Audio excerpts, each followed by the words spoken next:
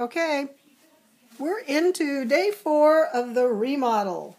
Now the toilet is off its stand and sitting over here. Slight change of plans, decided to drywall the new walls. So we have drywall, up, reinforced studs,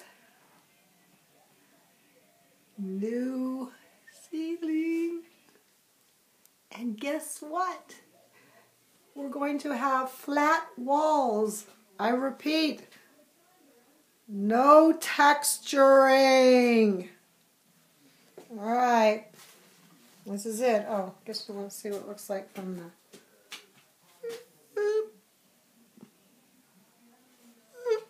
That's all the stuff I've collected. It's a disaster. Can't wait for it to all come together. Yippers. Signing out.